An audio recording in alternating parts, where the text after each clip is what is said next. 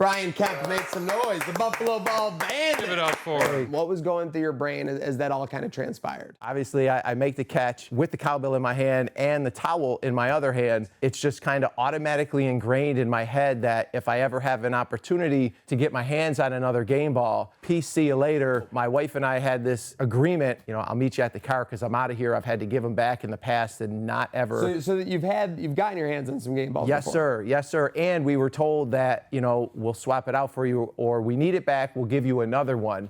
None of which in those instances came to fruition. So you've gotten a ball before and they said, give it back and we'll give you another one. And then they just stiffed you and gave you nothing? Yes, sir. That's wild. I mean, So that's happened wild. like how many times? That's wild. do you think? So that's happened once before. At the top of the steps in my mind was just like, what do I do with this ball so I don't draw more attention to me? Not even the slightest inkling that the camera has been on me, and Mike Tirico was, announcing me all the way up the stairs. And as I was walking and kind of jogging, the cowbells were jingling, which would draw the attention from any passersby. Damn it. The cowbell came back to bite him. Well, wait, no, it's a good thing. The cowbells drew the attention. They looked at the cowbells and paid no mind to what was under the towel in my left hand.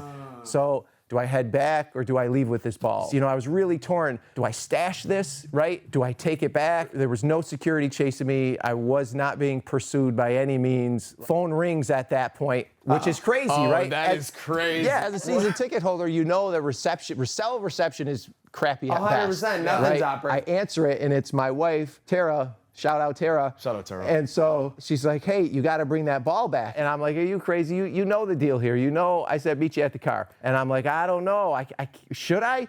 And she's like, yes, they have another ball for you here. There's 3 sheriff's deputies down here now. They have another ball. Did your wife or anyone realize at this point that you were caught in 4K? None. No, okay. No. Because if I got a call like, hey, we're watching at home, we just saw you sprint, I'd be like, it would be like, I'd be like, the jig is up. Did you get a round of applause when you came back? No, sir. No. No, because honestly, I was really inconspicuous, still with it under the towel at that point. As I'm walking down the aisle, there's one of the deputies staring up the aisle at me with, a not so happy look, to put it mildly, Oh, man. on his face with the ball in hand. No words were exchanged. I received this ball that I'm holding here.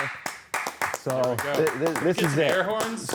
Yeah. Hit the air horns, Rachel. Yeah, so We didn't want you to leave Trainwreck today empty-handed. What we have for you is a commercial-used Khalil Shakir caught and thrown football. We want you to leave here today with some game get news. out. Come on.